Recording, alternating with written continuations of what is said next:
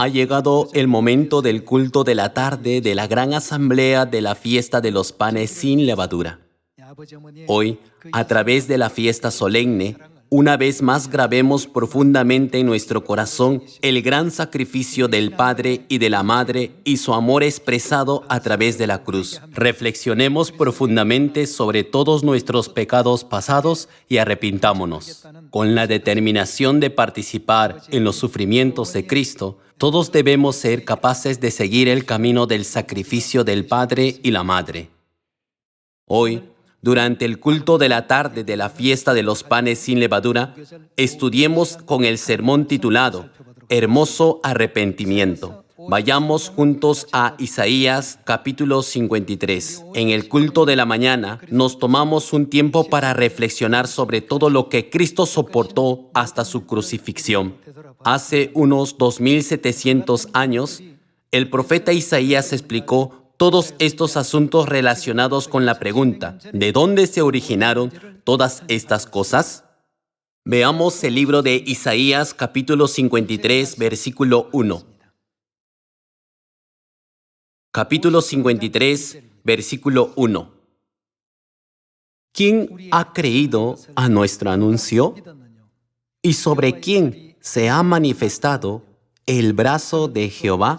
Subirá cual renuevo delante de él, y como raíz de tierra seca, no hay parecer en él, ni hermosura.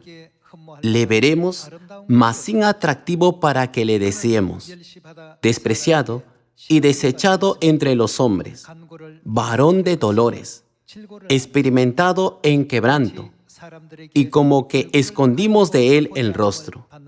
Fue menospreciado, y no lo estimamos. Ciertamente llevó él nuestras enfermedades y sufrió nuestros dolores. Y nosotros le tuvimos por azotado, por herido de Dios y abatido. Mas él herido fue por nuestras rebeliones, molido por nuestros pecados. El castigo de nuestra paz fue sobre él, y por su llaga fuimos nosotros curados. Todos nosotros nos descarriamos como ovejas. Cada cual se apartó por su camino. Mas Jehová cargó en él el pecado de todos nosotros. Angustiado él y afligido, no abrió su boca. Como cordero fue llevado al matadero, y como oveja delante de sus trasquiladores, enmudeció y no abrió su boca. Por cárcel y por juicio fue quitado. Y su generación, ¿quién la contará? Porque fue cortado de la tierra de los vivientes. Y por la rebelión de mi pueblo fue herido. Y se dispuso con los impíos su sepultura. Mas con los ricos fue en su muerte. Aunque nunca hizo maldad, ni hubo engaño en su boca. Con todo eso, Jehová quiso quebrantarlo, sujetándole a padecimiento. Cuando haya puesto su vida en expiación por el pecado, verá linaje, vivirá por largos días, y la voluntad de Jehová será en su mano prosperada. Verá el fruto de la aflicción de su alma, y quedará satisfecho. Por su conocimiento justificará mi siervo justo a muchos, y llevará las iniquidades de ellos. Por tanto, yo le daré parte con los grandes, y con los fuertes repartirá despojos, por cuanto derramó su vida hasta la muerte, y fue contado con los pecadores. Habiendo él llevado el pecado de muchos, llorado por los transgresores. Podemos ver en el capítulo 53 de Isaías que la razón por la que Cristo tuvo que ser crucificado se explicó con gran detalle. Hoy es el día en que Cristo fue crucificado. La fiesta de los panes sin levadura es principalmente un momento para conmemorar y reflexionar sobre el sufrimiento y la crucifixión de Cristo. Con respecto a lo que le sucedió a Cristo cuando fue crucificado, está escrito: mas Él, herido fue por nuestras rebeliones, molido por nuestros pecados. El castigo de nuestra paz fue sobre Él, y por su llaga fuimos nosotros curados. El profeta Isaías dejó estos registros en la Biblia hace 2700 años. Aproximadamente 700 años antes de que Jesús viniera a esta tierra, Dios ya nos había revelado la razón a través de los profetas y nos había estado explicando a través de estas profecías. Las profecías también nos hacen saber que Él cargó el pecado de todos nosotros. Cada vez que leemos estas palabras en Isaías capítulo 53, no podemos evitar pensar una vez más qué graves fueron nuestros pecados y qué severo era el castigo que merecíamos por nuestras rebeliones e iniquidades. Fue herido y azotado. Él llevó nuestras iniquidades solo y en soledad. Incluso cuando sufrió opresión y aflicción, no abrió la boca, sino que recorrió ese camino con paciencia. Nuestro Padre Celestial, el Rey de Reyes y Señor de Señores, enfrentó la humillación y el interrogatorio de sus creaciones, soportando en silencio su camino. Creo que siempre debemos grabar profundamente su vida en nuestro corazón y valorarla. Por lo tanto, hoy, una vez más, todos debemos recordar el día en que Cristo fue crucificado y asegurarnos de que, entre todos y cada uno de nosotros, tenga lugar un proceso de arrepentimiento por todas nuestras transgresiones e iniquidades pasadas. Cuando Jesús vino a esta tierra hace 2000 años, su enseñanza más destacada fue: arrepentíos, porque el reino de los cielos se ha acercado. Podemos ver que hizo muchos llamados a nuestro arrepentimiento. Ahora que el reino de los cielos se acerca, estamos observando la fiesta de los panes sin levadura. Si reflexionamos profundamente una vez más sobre el día en que Cristo murió en la cruz, debemos convertirnos en quienes se arrepienten y reciben el reino de los cielos que se aproxima. Entonces, ¿cómo se puede lograr el verdadero arrepentimiento? ¿Qué tipo de comportamientos y acciones debemos emprender? El arrepentimiento implica no solo reconocer y sentir remordimiento por nuestros pecados, sino también llevar una vida transformada con la firme resolución de no cometer esos pecados nuevamente. Entonces, al examinar los siguientes 3 casos, contemplemos ¿quién realmente llevó una vida de arrepentimiento? Y obtengamos sabiduría sobre cómo debemos tener una vida de arrepentimiento hoy en día. Hay una niña llamada Sungni. Sungni cree que robar a los demás está mal. Hay una niña llamada Molly. Molly considera que robar a los demás es incorrecto y procura expiar todos los pecados que ha cometido previamente mediante buenas obras. Hay una niña llamada Jen. Jen opina que robar es malo y se compromete a no volver a hacerlo, esforzándose también por persuadir a otros ladrones para que se arrepientan. Entre estas 3 personas, ¿quién puede considerarse que lleva una vida verdaderamente arrepentida? El grado de arrepentimiento puede variar, pero el verdadero arrepentimiento que Dios desea se puede observar en el tercer caso, el de Jane, una persona que siente remordimiento por sus pecados y decide: no volveré a involucrarme en ese pecado, y además se dedica a persuadir a otros que cometen tales actos para que se arrepientan. Por lo tanto, cuando Jesús vino a esta tierra, una de las primeras cosas que nos mostró se encuentra en Marcos capítulo 1, donde desde temprano en la mañana dijo: vayamos a otros lugares, a las aldeas cercanas, para que también allí predique. Por eso he venido. Abramos juntos el libro de Marcos capítulo 1. Marcos capítulo 1, versículo 35. Levantándose muy de mañana, siendo aún muy oscuro, salió y se fue a un lugar desierto, y ahí oraba, y le buscó Simón, y los que con él estaban, y hallándole, le dijeron: todos te buscan. Él les dijo: vamos a los lugares vecinos para que predique también allí, porque para esto he venido.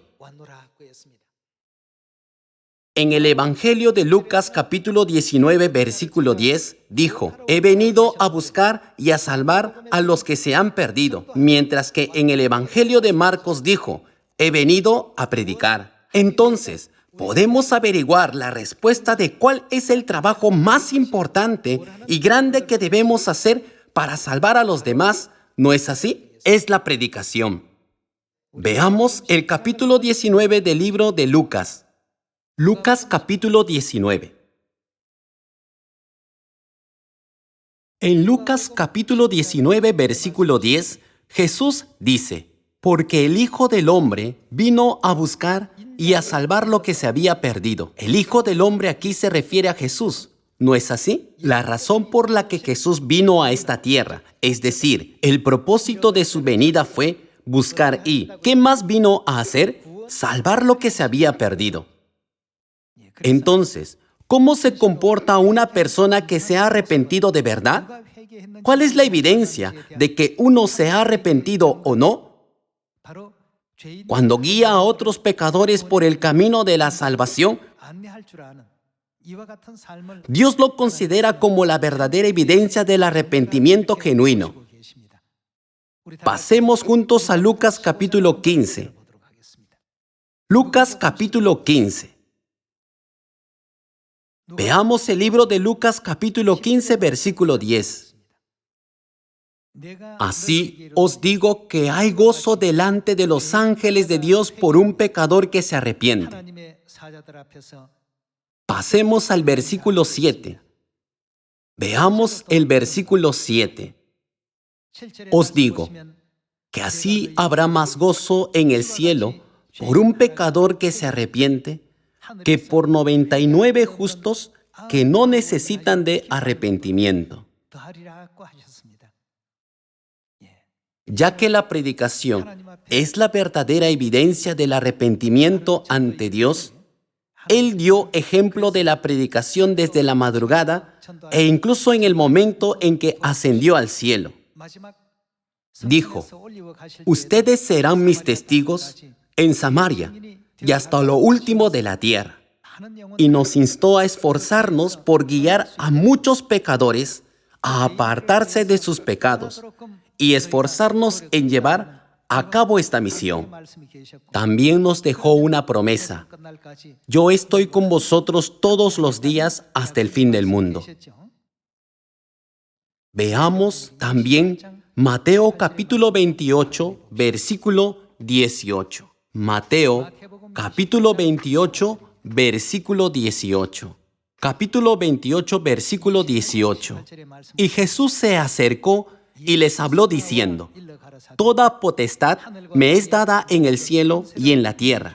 Por tanto, id y haced discípulos a todas las naciones, bautizándolos en el nombre del Padre, y del Hijo, y del Espíritu Santo, enseñándoles que guarden todas las cosas que os he mandado. Y he aquí, yo estoy con vosotros todos los días hasta el fin del mundo. Amén. Esta es la última palabra que Jesús dejó en la tierra. En otras palabras, esta es su súplica más sincera para que logremos el arrepentimiento más hermoso. Acabamos de repasar las historias de Sunni, Molly y Yen. Estos tres son estudiantes que tienen un historial de robar a los demás al menos una vez antes. Sin embargo, cada uno de los tres tenía pensamientos diferentes. Sunni se arrepintió con el sentimiento básico de que robar a los demás era malo. Y Molly también sintió que robar a los demás era malo. Sin enmendarse, ella solo albergaba el pensamiento: compensaré mi pecado anterior con otra buena obra. Jen sintió que robar a los demás estaba mal, por lo que no solo dejó de robar, sino que también llevó a otros ladrones al arrepentimiento.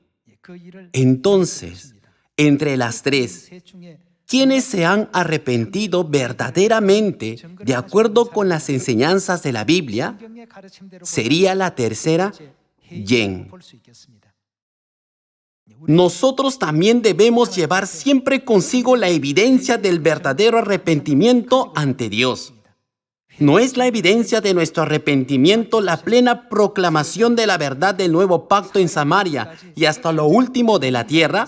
Por eso, está escrito en Primera de Tesalonicenses, capítulo 2, que Dios confió esta tarea solo a aquellos que fueron aprobados por Él. En otras palabras, confió todas estas tareas solo a los que se arrepintieron. Confirmemos esto en Primera de Tesalonicenses, capítulo 2. Veamos el libro de Primera de Tesalonicenses, capítulo 2, versículo 3.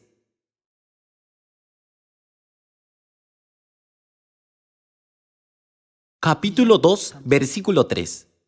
Porque nuestra exhortación no procedió de error ni de impureza, ni fue por engaño, sino que según fuimos aprobados por Dios para que se nos confiase el Evangelio. Así hablamos, no como para agradar a los hombres, sino a Dios, que prueba nuestros corazones. ¿Cómo se nos podría confiar el Evangelio? Dios nos aprobó, es decir, nos consideró justos. Se nos consideró como hijos e hijas los más idóneos para este trabajo. Por eso, ¿qué se nos confió? Se nos confió el Evangelio. ¿No confían los padres una tarea a los más diligentes y capaces de seguir sus palabras y enseñanzas entre sus hijos? Aquí también se dijo que Dios nos consideraba justos y nos confió la misión de predicar este Evangelio. Esto no es algo que puedan hacer incluso los ángeles celestiales, por mucho que quieran. El hecho de que un pecador sea considerado justo por Dios significa que Dios acepta de la manera más hermosa el arrepentimiento del pecador y tolera con gracia todas sus acciones y comportamientos. Dios pidió a los pecadores que fueron aprobados por Él que se les confiara el Evangelio. Se puede decir que ser capaz de guiar a otros pecadores al arrepentimiento es la prueba viviente de que uno se ha arrepentido verdaderamente. Por tanto, Dios nos ha encomendado la tarea de predicar el Evangelio del nuevo pacto, ¿verdad? Vayamos a 2 de Corintios capítulo 3. 2 de Corintios capítulo 3. Veamos el capítulo 3, versículo 6. El cual asimismo nos hizo ministros competentes de un nuevo pacto, no de la letra, sino del Espíritu, porque la letra mata, mas el Espíritu vivifica. Dios quiere que nos arrepintamos de verdad, y la mejor manera de convertirnos en aquellos que se arrepienten es convertirnos en obreros del nuevo pacto. Por eso, dice, Dios nos ha hecho ministros competentes de un nuevo pacto. Vayamos a 2 de Timoteo capítulo 4.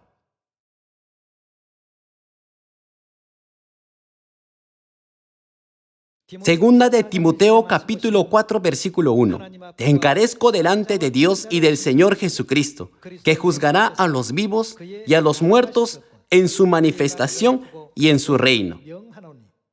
¿Qué vamos a hacer?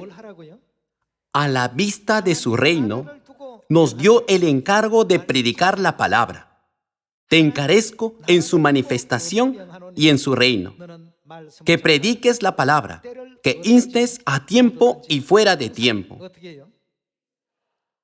Por supuesto, sería ideal dedicarnos a todo con esfuerzo, pero nunca debemos ser perezosos. En particular, debemos ser diligentes en la predicación de la palabra de Dios. En el lenguaje moderno, a tiempo y fuera de tiempo, se entiende simplemente como en todo momento sin excepción. Prediquen la palabra no solo cuando haya una oportunidad, sino en todo momento. Que prediques la palabra, que instes a tiempo y fuera de tiempo, redarguye, reprende, exhorta con toda paciencia y doctrina. Versículo 3. Porque vendrá tiempo cuando no sufrirán la sana doctrina, sino que teniendo comezón de oír, se amontonarán maestros conforme a sus propias concupiscencias, y apartarán de la verdad el oído, y se volverán a las fábulas. Pero tú, sé sobrio en todo, soporta las aflicciones. ¿Qué más debemos hacer? Haz obra de evangelista, cumple tu ministerio. Dios desea dar la bendición más preciosa a su pueblo celestial. Hay decenas de miles de bendiciones, pero esta es la bendición que Dios desea que todos sus hijos reciban más. Dios dijo: soporta las aflicciones, haz obra de evangelista, cumple tu ministerio. Entonces, veamos el versículo 6. Porque yo ya estoy para ser sacrificado, y el tiempo de mi partida está cercano. He peleado la buena batalla, he acabado la carrera, he guardado la fe. Por lo demás, me está guardada. ¿Qué se nos ha reservado? La corona de justicia. Ya que hemos trabajado diligentemente hacia la meta que tenemos por delante, enfocándonos únicamente en la mayor tarea de predicar la santa voluntad de Dios a todas las personas del mundo. ¿No seremos coronados con la corona más grande? Dios pudo hacernos cualquier otro ser. Podría habernos hecho el presidente de una empresa, el presidente de una corporación, el presidente de un país o incluso una persona en el poder en una alta posición gubernamental. Más bien, se revela que Dios nos hizo para ser obreros competentes del nuevo pacto. Abramos también el capítulo 1 del libro de Tito. Tito capítulo 1, versículo 2. En la esperanza de la vida eterna, la cual Dios, que no miente, prometió desde antes del principio de los siglos y a su debido tiempo manifestó su palabra. ¿Cómo lo ha manifestado? Por medio de la predicación que me fue encomendada por mandato de Dios nuestro Salvador. Dios no lo ha confiado a cualquiera. ¿Quién puede predicar la verdad del nuevo pacto? Dios Padre y Dios Madre a todos los pueblos del mundo somos nosotros, los miembros de nuestra familia de Sión, a quienes Dios considera justos. Lo que Dios desea es que los pecadores se esfuercen y trabajen duro para arrepentirse plenamente y someterse por completo a la voluntad de Dios como el sacerdocio real en el reino de los cielos. Esto es lo que Dios quiere para nosotros. Hoy, les pido que graben profundamente en sus corazones una vez más el espíritu de la fiesta de los panes sin levadura, para que todos seamos los hijos celestiales que más agradan a Dios. Al reflexionar sobre nuestros pecados pasados y arrepentirnos, debemos preguntarnos, ¿qué desean el Padre y la Madre de mí? Dios vino a esta tierra para buscarnos y perdonarnos, sin escatimar su carne, su sangre, su posición, su gloria y su honor. Además, en esta fiesta de los panes sin levadura de hoy, Él murió en la cruz en nuestro lugar. Por lo tanto, nunca borremos de nuestro corazón la muerte de Cristo en la cruz, sino sigamos la vida de Cristo hermosa y amablemente hasta el final. Que este año sea uno en el que todos los hijos celestiales traigan gozo y gloria al Padre y a la Madre celestiales. Actualmente estamos ayunando desde la medianoche hasta las 3 de la tarde de hoy. Incluso cuando ayunamos por un periodo tan corto, ¿qué tan desafiante y doloroso es? Sin embargo, la vida del Evangelio que Cristo llevó durante 37 años después de su segunda venida no se puede describir con palabras.